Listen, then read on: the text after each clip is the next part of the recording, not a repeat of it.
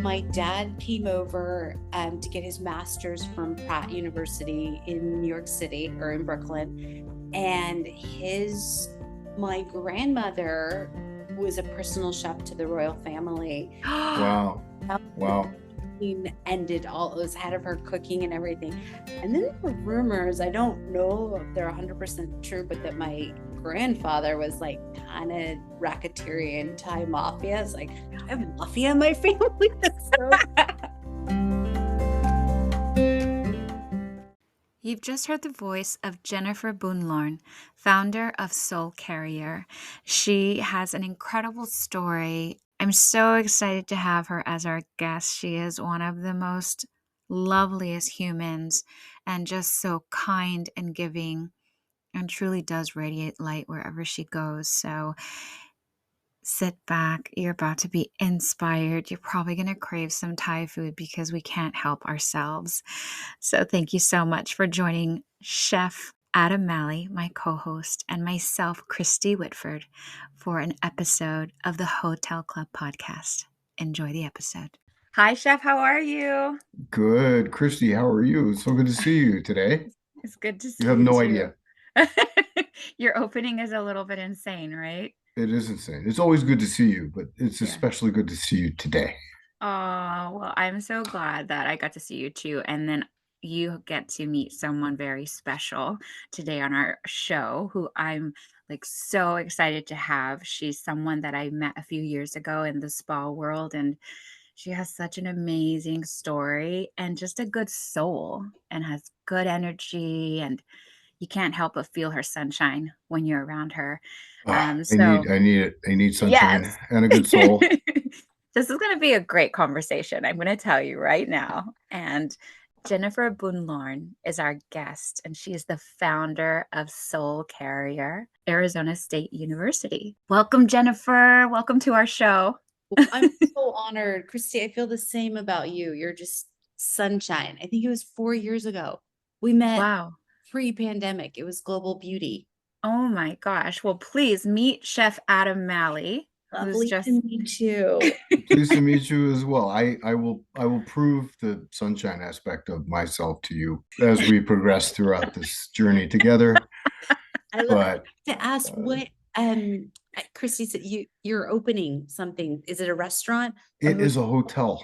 Once we open it, then the real chaos will begin. But right now it's construction chaos and running around with hard hats, I'm sure, right? Hard hats and health inspections and building permits and things like that. But it's a new build. It's a beautiful property, and it will be magnificent once it's finished. It's amazing. So my mind is racing about 1,000 miles per hour.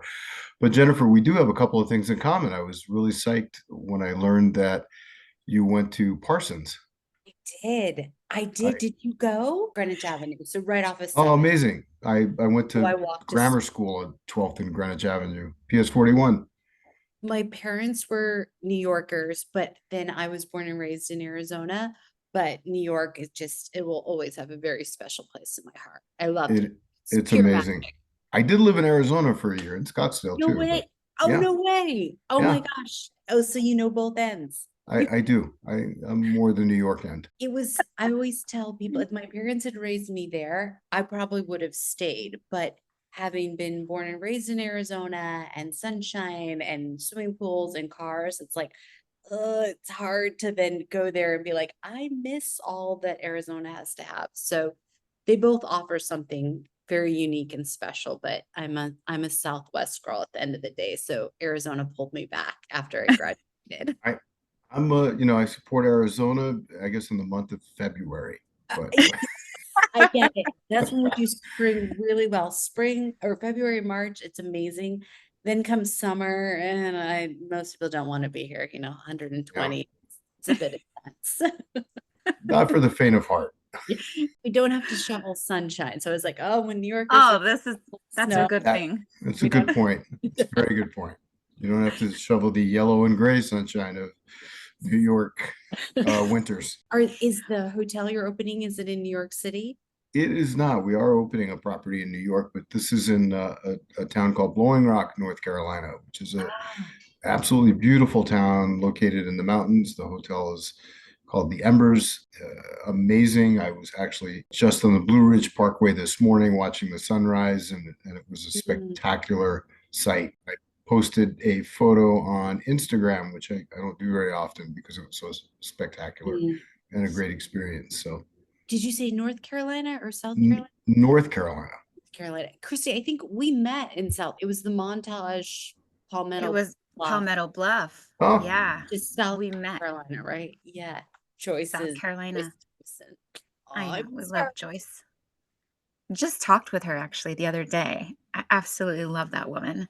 She's incredible. So, speaking of, us meeting at her wonderful event, I was so drawn to your story and learning about how you created Soul Carrier. One of the beautiful things I think about your collection and your company in general obviously is like you really are just one of those beautiful people that radiates joy. And I love that you have this beautiful line. It's for your journey. Mm. That caught me. I was like, wow, I would love for you to share if you could, like your journey and how you created, Yeah, and it truly, especially after going to Parsons, right? by the way, I read your account, and there is a sentence that has guided you throughout your career and your journey. I almost fell off my chair when I read it. It was so stunning. I'm not going to steal your thunder.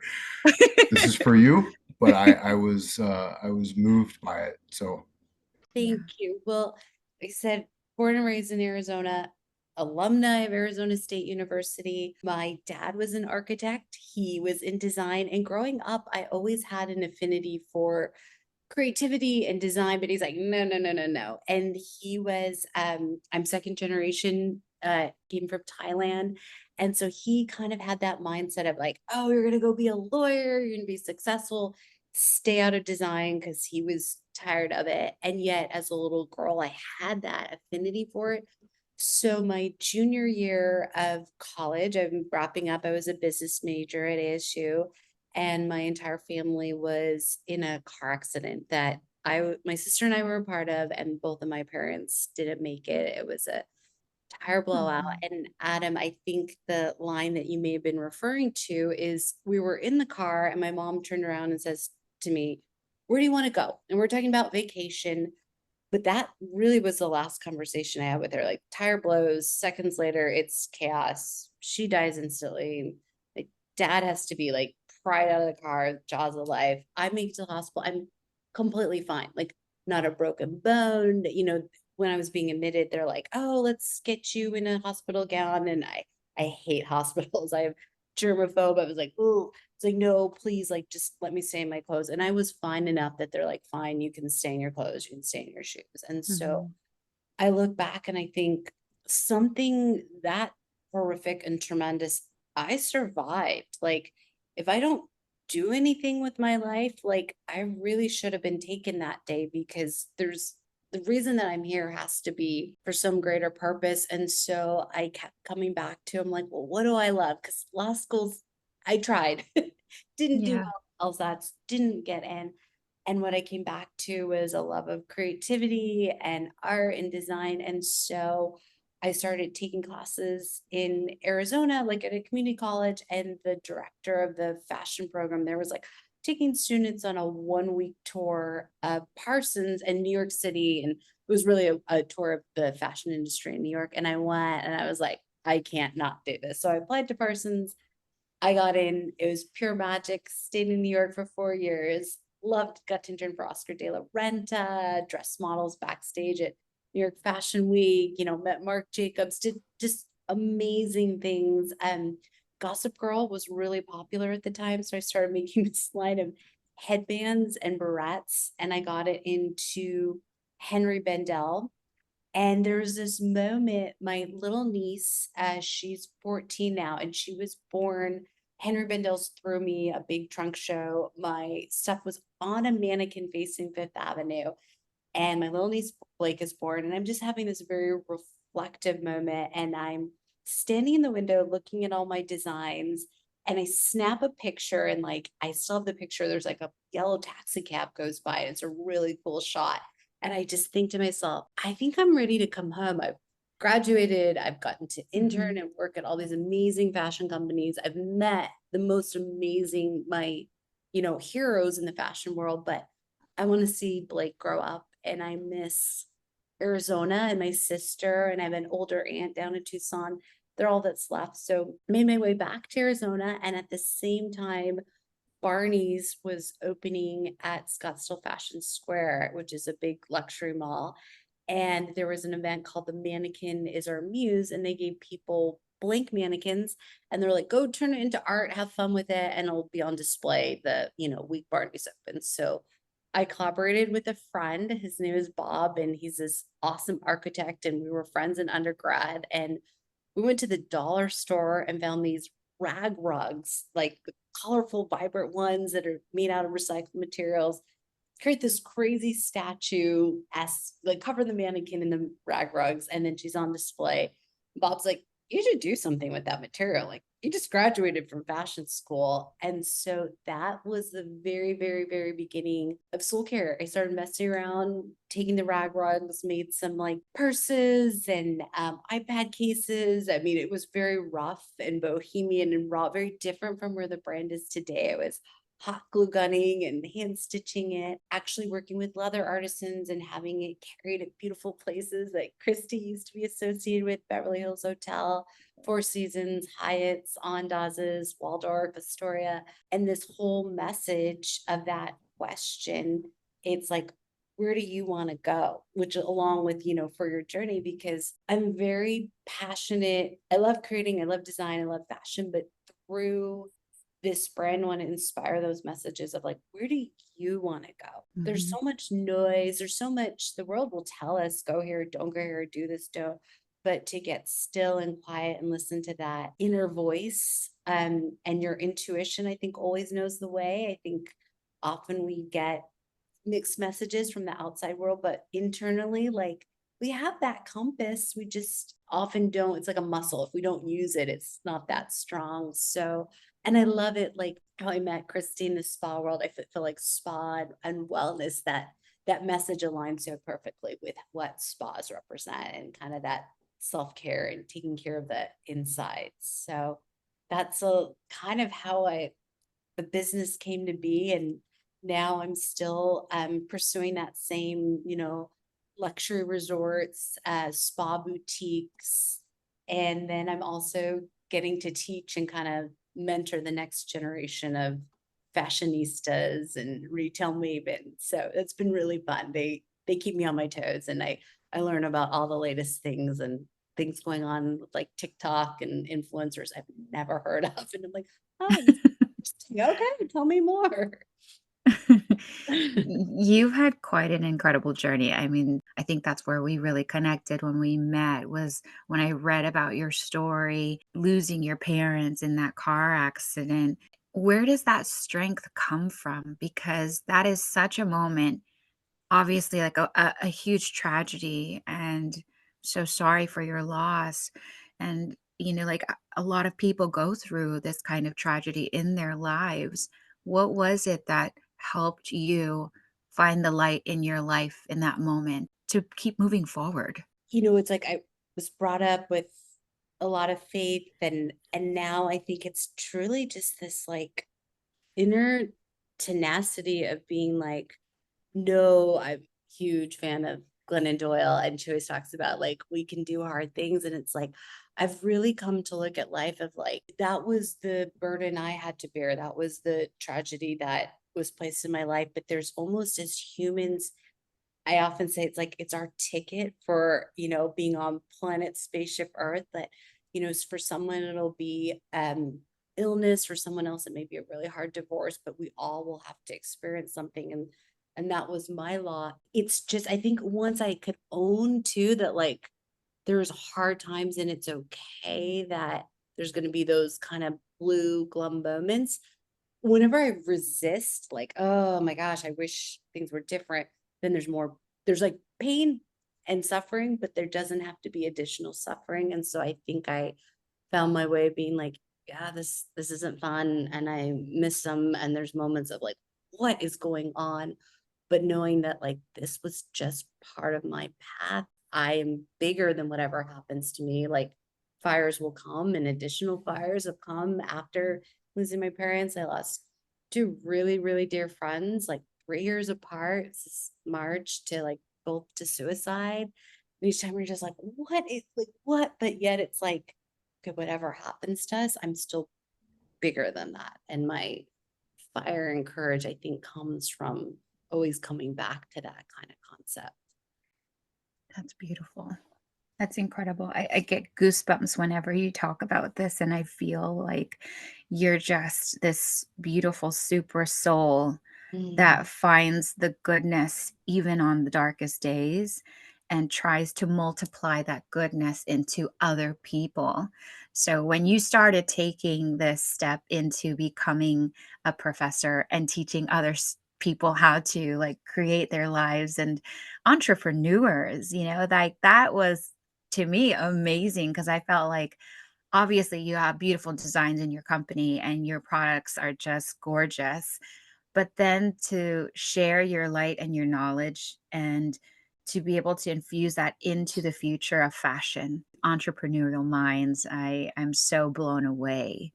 I mean, what is it that you have learned thus far in also creating space for new minds to come to this industry? What's been probably the most enlightening thing that you've been learning from them?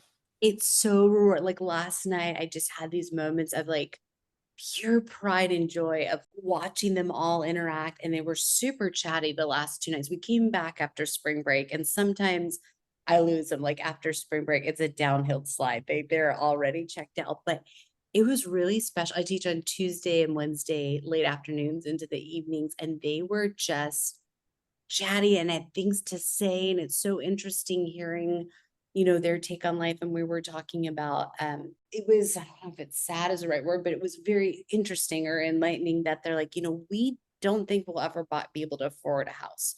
We don't even know if we'll ever be able to not live without roommates or live at home. So yeah, you know what? Sometimes we'll splurge on the $10 coffee or the $80 like skincare because why not? We're never going to get to that place of having more. So I'm just going to have this little treat right now. And I was like, that is really fascinating to me that some of them, and then a couple other girls push back and they're like, nope, my sorority sister is 21 and she just bought her first house. So if you set your mind to do it, you can do it. And they're all like going back and forth. And others are like, yeah, I'm making X amount in retail. I'm never going to get out of this. And so it's just super interesting hearing how they see life. And I think also part of my brand and things I want to inspire people of like, there's more, there's so many angles. And I think in this day and age, we often get stuck. It's like very binary, like black, white, on, off, right? And it's like, no, there's like 7 billion plus people in the world. There'll be 7 billion different ways of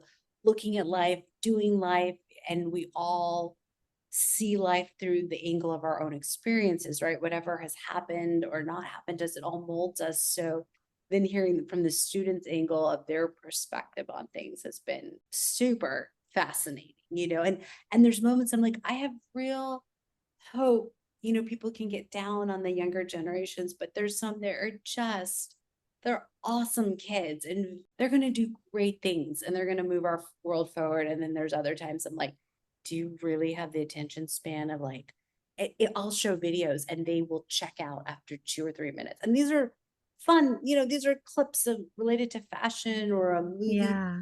They're not boring things and they're like, check out. And I'm like, we need to learn to be able to pay Yeah. attention more than 5 minutes, So those moments, I'm like, overall, I do have hope for our future, like be mature. But it is interesting. I thought about how their spending patterns, and some of them feel like they're never gonna get past this stage. So like, why not splurge on the expensive meal or makeup? That's so well. I mean, chef, your daughter, one of your daughters is in college right now, right? Is she buying That would explain the cold sweats that I'm experiencing at the moment. Yes. is she buying $10 lattes and $80 skincare cream? It's funny because she is, but she also, I don't think she realizes that there are challenges that are awaiting her after college, much to what Jennifer has mentioned. So I'm glad she's enjoying the $10 uh, whatever it is that she's buying, but she does have a little bit of disposable income, so that's good. It's my disposable income, but that's okay. You're a good father. Jennifer, see, your students have fathers like Chef Adam here. One of them showed me last night. She like pulls up her phone. She's like, Jen, I need help. And I'm thinking she's going to ask about internships or her resume. And she pulls up a picture of like a puppy. And she's like, I want this puppy. It's $400. And my dad said no. And I was like, wait, are you asking me for advice on how to get the puppy? No, you don't need the puppy. Having a puppy that grew into a very large dog, the $400 cost is just the entry fee to spending a lot more. It's very true. Totally worth it. I love my dog, love our dog. He is a member of the family, but he ain't cheap. Yeah. And you mentioned TikTok. Chef, does your daughter use TikTok? As far as I know, yes, that's the new thing. Okay. They are not into the Facebook anymore. Okay. So Yeah. that's passe now. I've given up. I am not the person you want to ask social media advice or any sort of expertise because I have none. TikTok is I, wild. I thought TikTok was the sound that the secondhand made in your watch, but apparently Oh, and I'm that's not true sorry. anymore either. You know, No. it may be gone, it may be banned, and so then they'll be on to the next thing. So sometimes I'm like, we try and keep up, but then you can, even if you don't, you're like, well, it doesn't matter because that'll be gone. You know, Kristen and I were laughing beforehand, right? We were talking about MySpace, right? Like, Oh that's yeah. Yeah. so Yeah. gone. Like, that's not. It seems that every iteration, though, as it grows, it becomes Yes. less deep.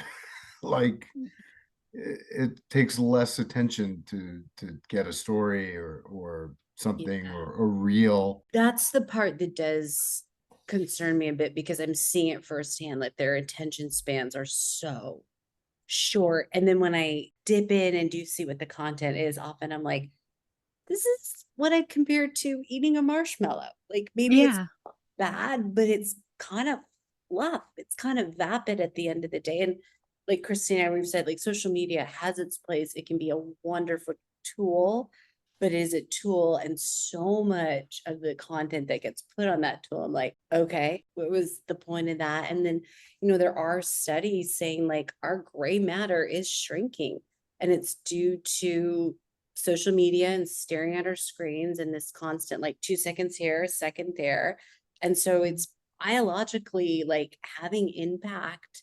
Now we're hunched over on our thumbs. So I'm like, there are ramifications, you know, whether good or bad, there are consequences. And I think we'll see as time goes on that we're like, oh yeah, you know, Right. It's like a And side effect, right? it's side effect. Yeah. Yeah. to do what you've done, though, you can't have a short attention span. To create a No. business and expand it and grow it and evolve takes a lot of time and attention. And so it's a great example.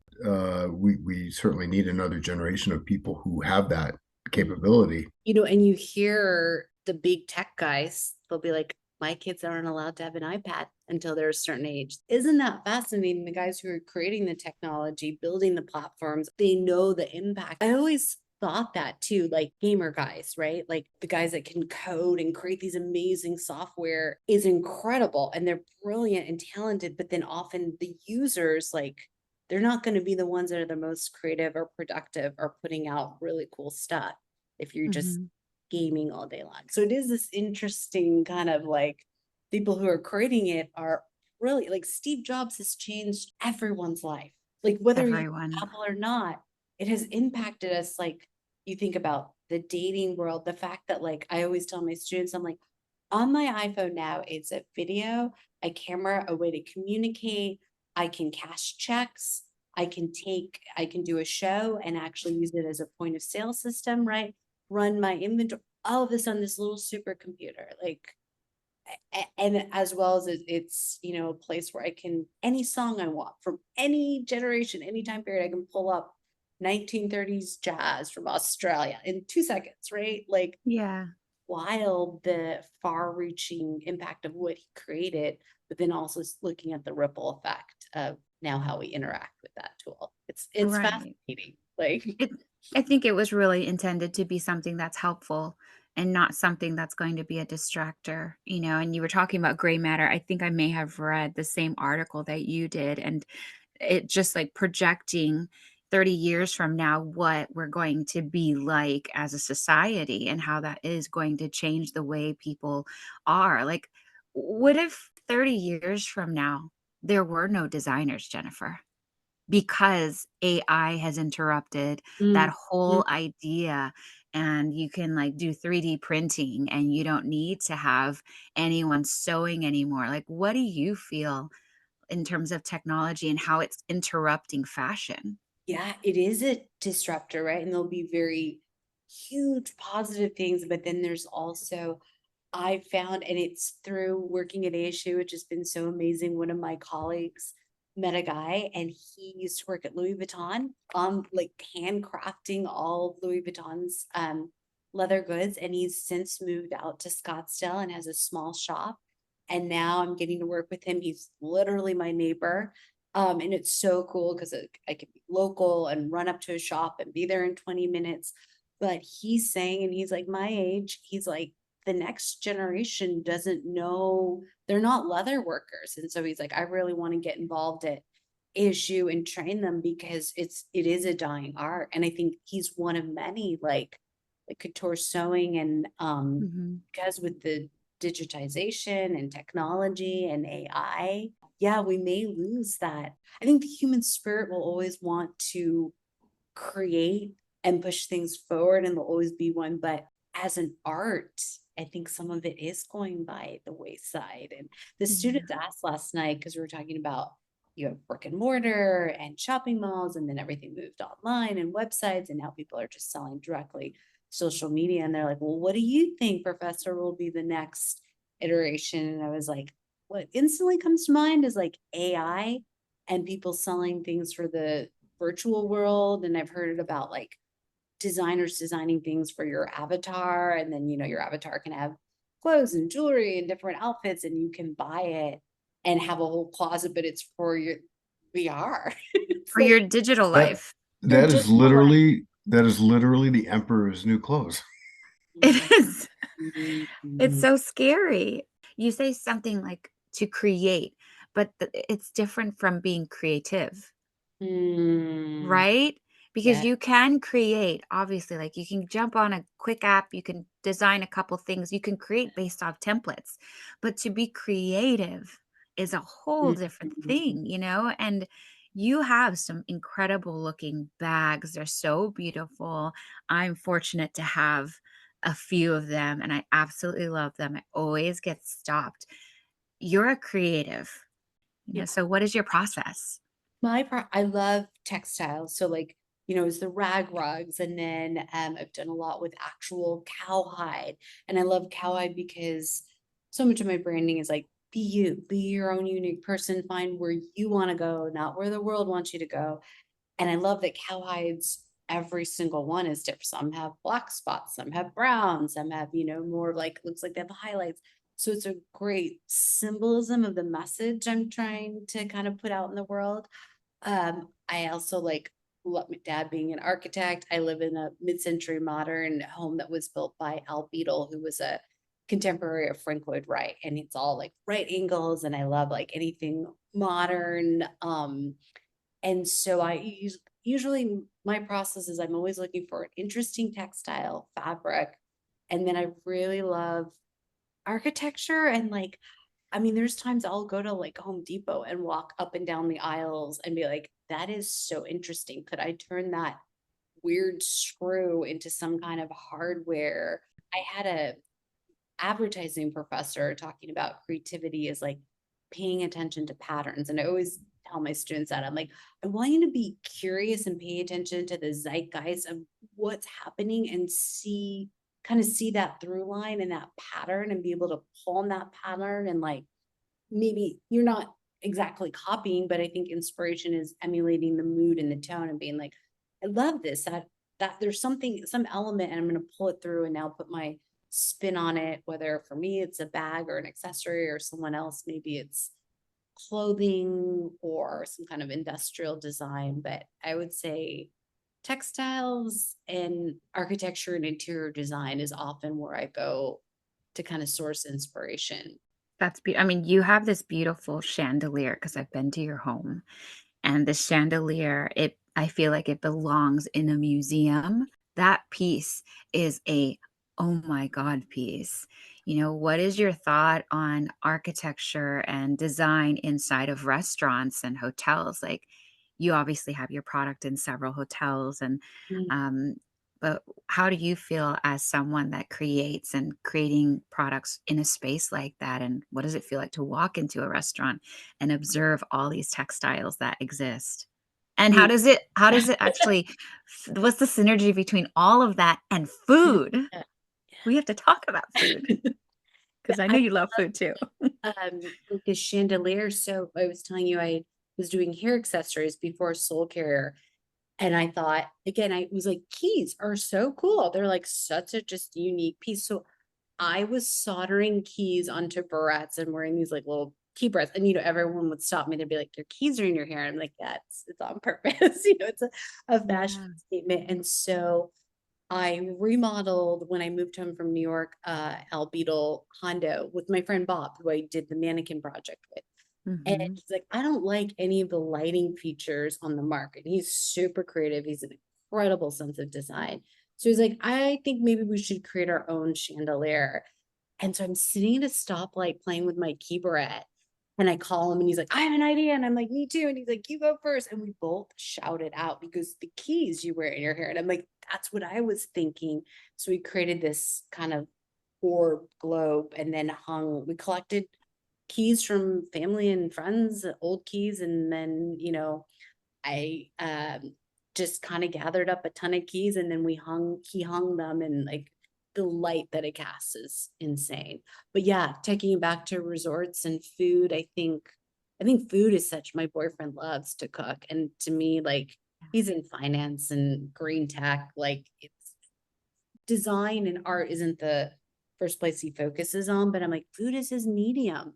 Like that's his medium to be creative. And like when you go to a good resort and like the food's amazing and the interior design and the architecture, it's why I love resorts. I absolutely love, I'm so proud to be associated with these stunning resorts because one, it's so fun to call on them. It's like, oh, it's a Yeah. 10-minute vacation while I'm on property. But when a resort, there's a new one, Christine Adam, I don't know if you know, do you know Sam Fox? Yeah, Sweet yeah. Center. Some of his restaurants are absolutely amazing, or they were last time I was there. True Food Kitchen, Yes. the one Flower in Child. Kierland Yes, was yes. was Yeah. I didn't want to like it, but I loved it. I was mad because I didn't start that, but it's a it's really well done. I think that's a compliment right there.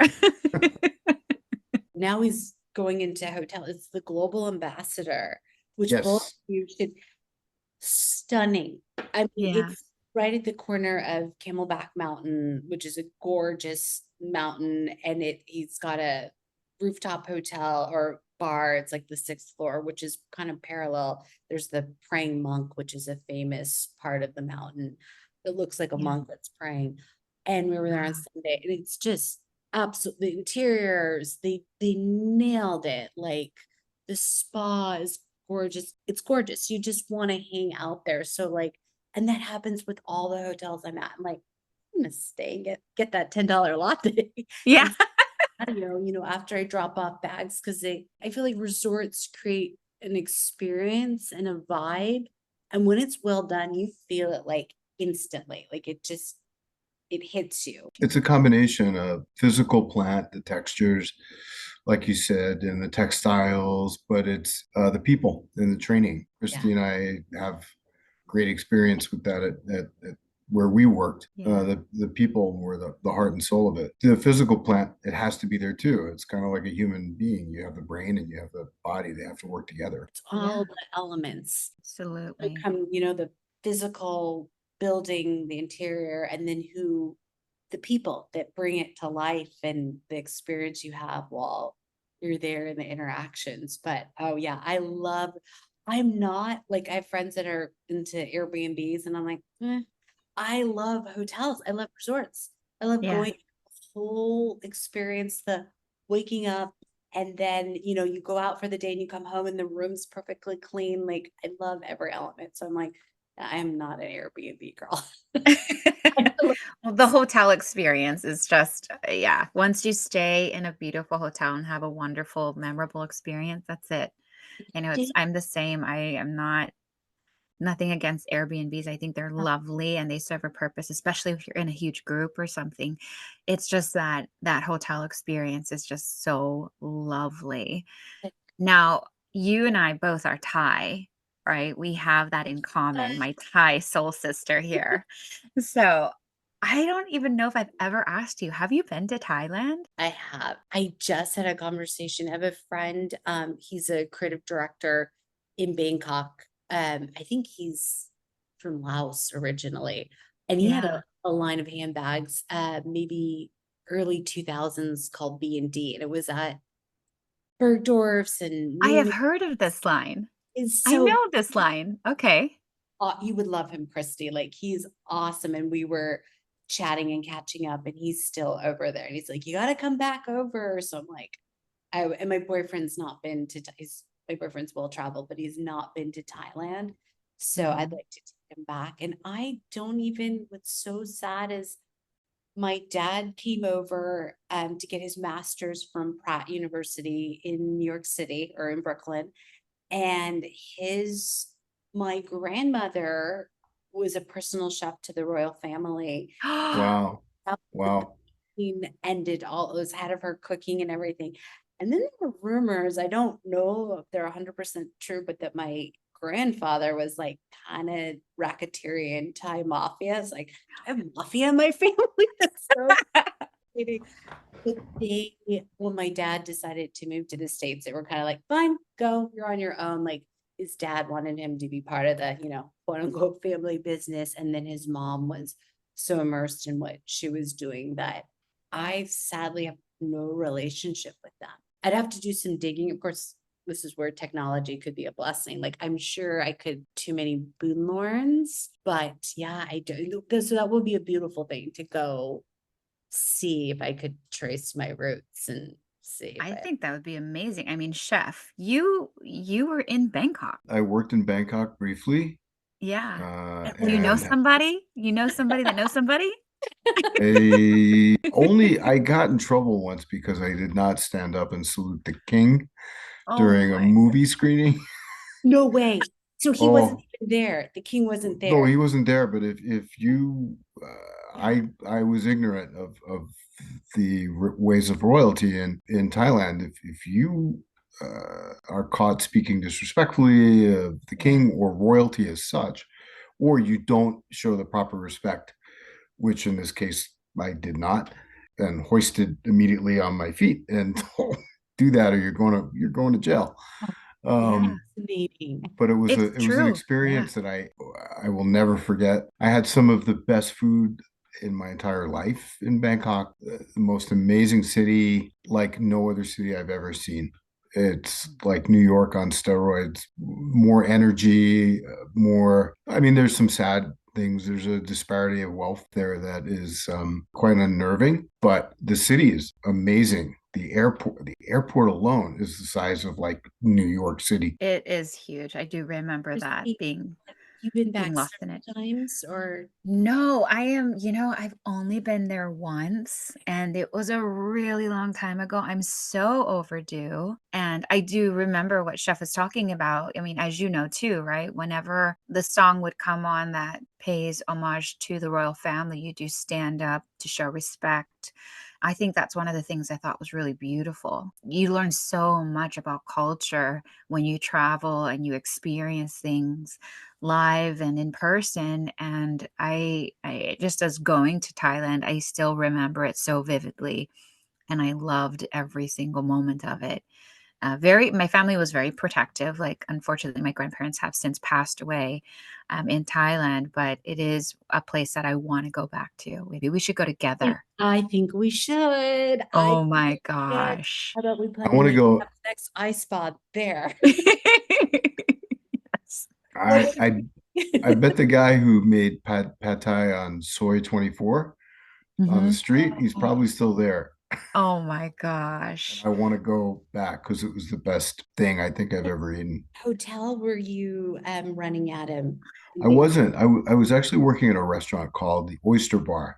Okay. And it was a little bit away from the center of the city, but it was a small restaurant, and I was cooking California cuisine with Thai ingredients, which is very That's difficult. cool. And they didn't want me to cook Thai food. They were like, no. Really? Okay. So They right, they wanted something, right? Like that would be their unique edge selling point of it, not they're like, there's enough Thai restaurants. exactly. They So wanted fresh seafood, and been working in a restaurant in north of San Francisco that specialized in oysters and seafood and locally grown product, and they wanted that experience. So, and I went over there thinking, oh, I'll play around with some Thai dishes, and it was pretty arrogant, I have to admit. Here I am, I'm forgot the word for white boy in Thai. I get over there and they're like, yeah, no, there's no Thai person that will feed you. Falang. Yes, Falang, that's the yes. word. Yeah. They're like, "Oh, falang. Look at this falang here." There were so many people walking around with t-shirts that said that when I was there. It just brought that memory back. But Oh, they appreciated the California cuisine, and then I quickly learned what districts not to go to, and Yeah. uh, Or you don't wanna be a falang cut there. no, no, no, no, no. We were just outside of Pat Pong. it's such a Oh, vibrant, at least it's so colorful. Like, I think it'd be a great place to go back and it'd probably be refueled with so much inspiration, like the yeah. textiles, a kindness, like there's just a gentle, beautiful spirit. Agreed. It's the land of smiles, It that's is. what Yes. Thailand is known for. I think that was one of uh, the things I felt immediately getting off the plane. It felt like home for me. Did you feel like that when you went there? There's something Yeah. like very just rich in the air that I did feel connected to. I should send it to you, Christy. It's a real tearjerker of a commercial, but it's probably like 10 years old and it's a little boy. It's set in Thailand. And there's a guy cooking street food to bring it back to food. And he's cooking soup and stir fry. And it's just one of those like street vendors. And a little boy comes and steals food. And there's a little girl there. And I cried just talking about it. And the little girl like yells at the little boy, like, you can't be stealing from my dad. And the dad's like, no, no, take the soup, go. And then the video fast forwards like 56 years later, and the dad is in the hospital, and the little girl can't pay for the hospital bill. And the doctor was the little boy who stole the food. I'm choking up. Oh my And gosh. he goes, no, no, it's on me. And so, and I think it was like a Thai campaign for like be kind or something. I have to send it. Yeah. It's so beautiful, but land of smiles and kindness. Like, yeah, that video just reminded me of this conversation and the food. And I love soup. Love Thai soup. I could eat it for breakfast, lunch, dinner.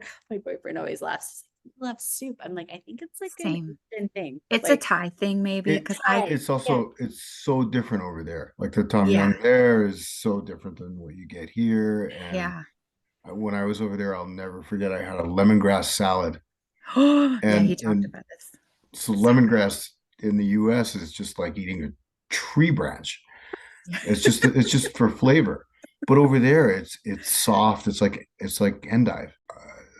I've never experienced anything like it, and I ate some things that I probably never would have eaten ever, Or just you being knowingly. creative. Yeah, yeah. Yeah.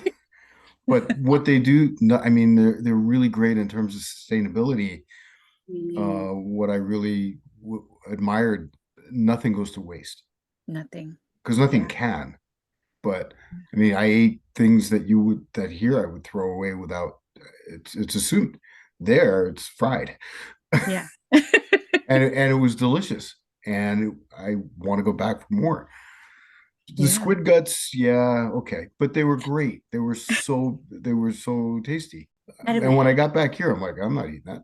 To ask, being a chef and being in Thailand, so my dad made this recipe and I've never had it anywhere, any Thai place I've went or any Thai cookbooks I flipped through, but he would marinate like chicken wings and he would do like a whole bunch of blends of fish sauces, soy sauce, stuff that he would get from the Oriental Asian grocery markets that you could only find there.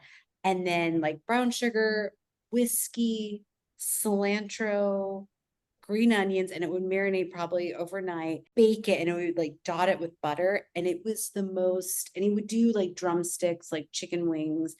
It was so fragrant. And I've tried to recreate it and I've gotten somewhat close, but not exact.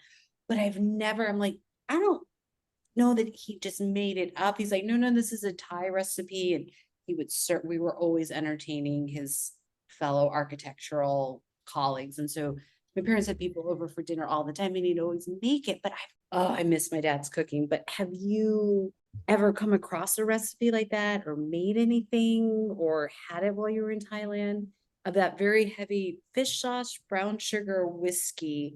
It kind of created this caramelized That sounds good. sauce. He's gonna go make it now.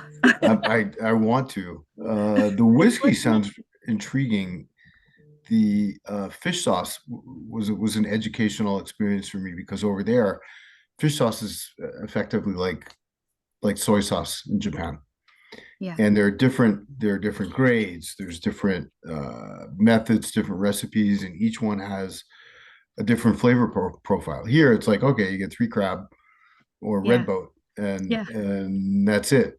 But over there, it's like it's so subtle. The differences, and you have to really appreciate it. I guess the one recipe that I took away, I learned how to make a Thai green curry. The quality of the ingredients is absolutely key, and the freshness, and also the amount of fish sauce. So I actually learned a lot about cooking with fish sauce over there, and to appreciate it more because I hated it. Yeah. When I was over there, it And was it's delicious. pungent It's in and of pungent and it, itself. yeah. Yeah. And my mother-in-law uses it in Korean cooking. My mother-in-law is Korean. So again, I learned it's more subtle in Korean cooking. In Thai cooking, it's way more prevalent. I learned how to appreciate it and also how to use it with a little more, I guess, finesse than I might have. I personally love fish sauce. Eat it. Love it. I'm craving it right now. My mouth is salivating when we're talking about food. Thai food is my absolute favorite. Not just And because I'm then, part Thai, but Yeah. shrimp paste. I forgot about shrimp paste. oh my God, shrimp paste. So Again, good. like cabinets full of like all these sauces, and there's Christy, next time you come, I mean, I'm sure it's not like what you have in LA, but there is a decent amount of Asian grocery stores where it's actually called the Asian district Yeah. in Lisa, and there's like a H Mart, which is more like Korean based, but we can find some Thai. We can Yeah. I just love strolling it because to me it's like a Let's way go. to travel when you can't travel, and just Mhm. that's another thing that I get inspiration from, like international packaging. Like if I travel, I could spend 2 hours in a grocery store just going up and down the aisles, like seeing how soap and fish sauce is packaged. I'm like, this is fascinating, and everything looks like Yeah. banging and graffiti labels. It's so cool. It really is. It's amazing. Amazing. I love food. You're making me so hungry right now. I'm gonna want Thai food for lunch. I am gonna have Thai food today. I'm gonna make it because it's one of the things I can eat. I'm doing keto right now, and I just learned I can have tom kha gai. So I am gonna make some tom kha gai today. Yeah, you both know what that is. That Yes. Oh, that's lemongrass soup with chicken. Yum. I love It's putting rice happening. in it, which you probably couldn't do rice on keto, right? But I love No. doing rice because then it's almost another Yeah. version of like a curry I soup. know. I can't eat it, but I'll just put extra veggies in it, so it's gonna be so good and spicy. So Yum. By the way, the spice in Bangkok when I was over there, so in the U.S., it's all about like the spice and the heat level. Over there, I was eating the same heat level, but I was able to tolerate it because the flavor of the peppers were were Ah, the thing. And over Mhm. here, I'm a complete like I'm a wuss. baby. Yeah. I'm a baby. But Yeah. over there, they were giving me stuff and they were trying to get me to cry. They were like, look at the falong. Look at the And then, falang. and then, but over here, I can't touch it. So, My Oh, but dad, when he would cook, would make whole pots of curry and everything. And my aunt tells stories of like, he'd have to throw it out because everyone's like, they couldn't handle it. And he's like, come on, you know, wow. this is mild for him. And I've lost my edge of like what, like how hot. But I think maybe going back to Thailand, it's different, right? With all the fresh foods, Yeah. the flavors, it balances out. Or tongue can Mhm. handle it over there. I can eat it all. I'll eat all the Thai, all the spicy stuff. I think it's wild that your grandmother was the chef to the royal family. I feel like we have to come back to that and like find her history. And we're gonna have to have chef call a friend of a friend in Thailand, Lifeline or something. You got to know somebody that knows something. I think I do. So See, I will research this. Maybe I can find something out. there's got to be something, something. Look, International Women's Day this month. I wanted to ask you too, are there any inspiring words that you can share for women who have the attention span to do what you've done and who want to be entrepreneurs? I and I come back to that, like, trust your gut, listen to your heart, and take time for you. Take time to get quiet and still, especially in this day and age of short attention spans. Like, give yourself that gift. If you do it enough, you know, whether it's walking, journaling, meditating, praying, but just time for you where you're not glued to your phone, you're not answering other people's requests and demands, you'll hear where you're meant to go and what you're meant to do.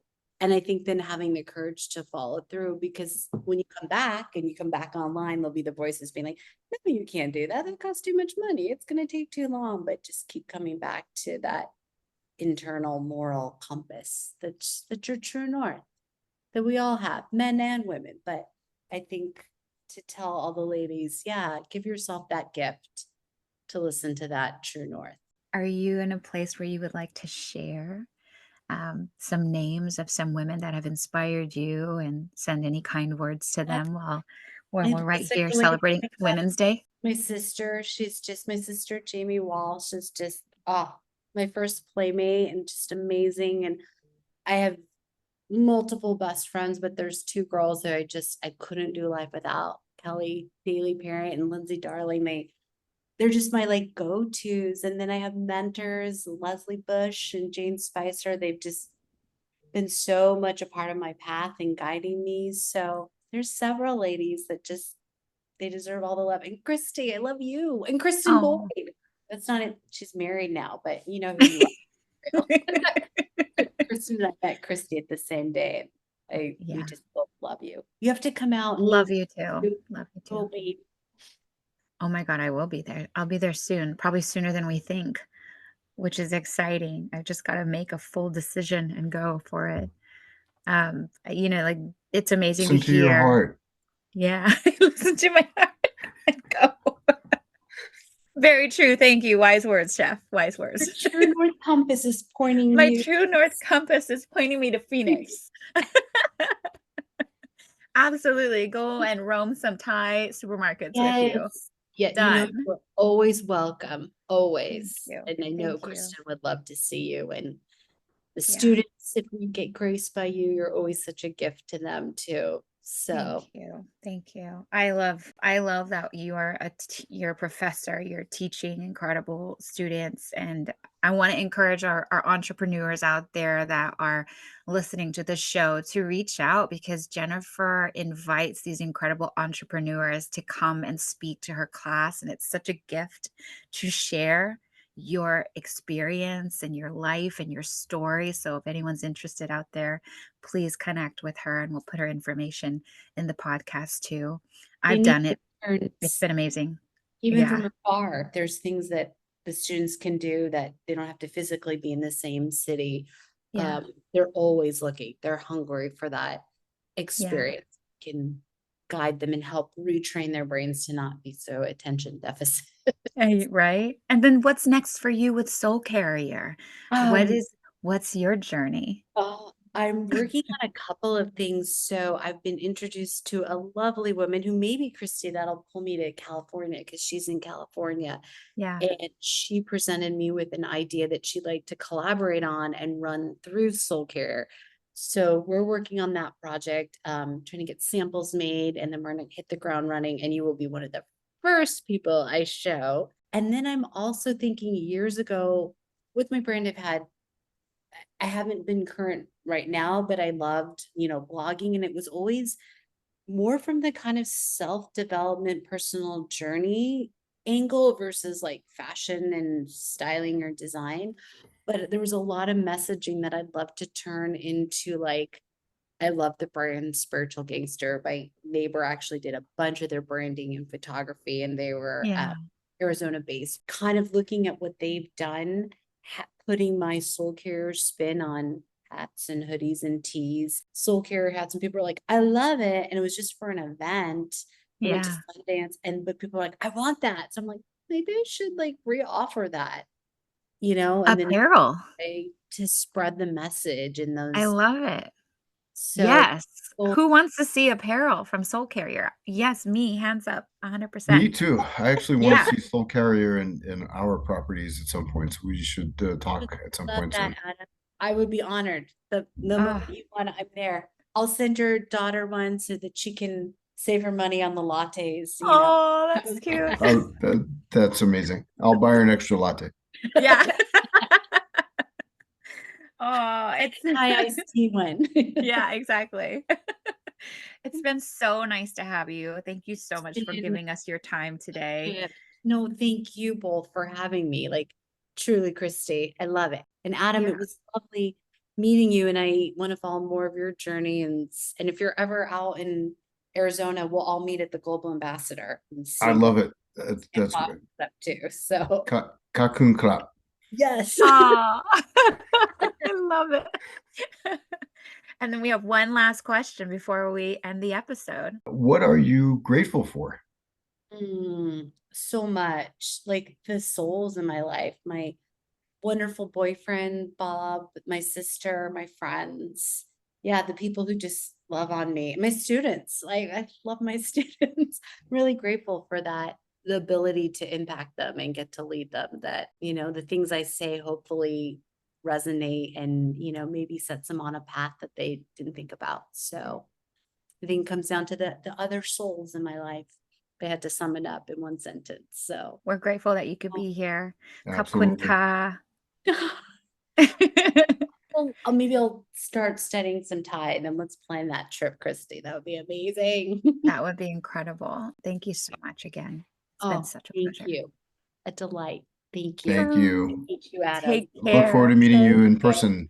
Yes, you are both welcome here anytime. We're eating Thank Thai you. food when we do meet together. Okay. 100%. It's on. We'll have a chili eating contest. Ow. I'm gonna watch.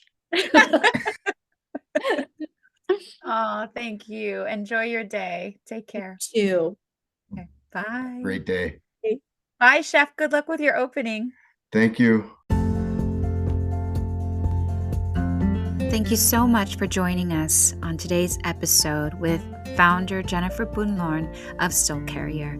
It has been an absolute joy to be able to share her story and to talk about all the things that have happened in her life to create the life that she has, a beautiful one surrounded by so much love. I'm so glad you had an opportunity to get to know her too. Please connect with her at soulcarrier.com. You can find her on LinkedIn. You can also connect with her on Instagram. What a pleasure. I hope you've also ordered some Thai food because we were just craving it by the end of this time with her. So have a great day wherever you are. Be safe, be kind, and thank you for joining Chef Adam Malley and myself, Christy Whitford, for the Hotel Club podcast. We'll see you next Thursday. Cheers.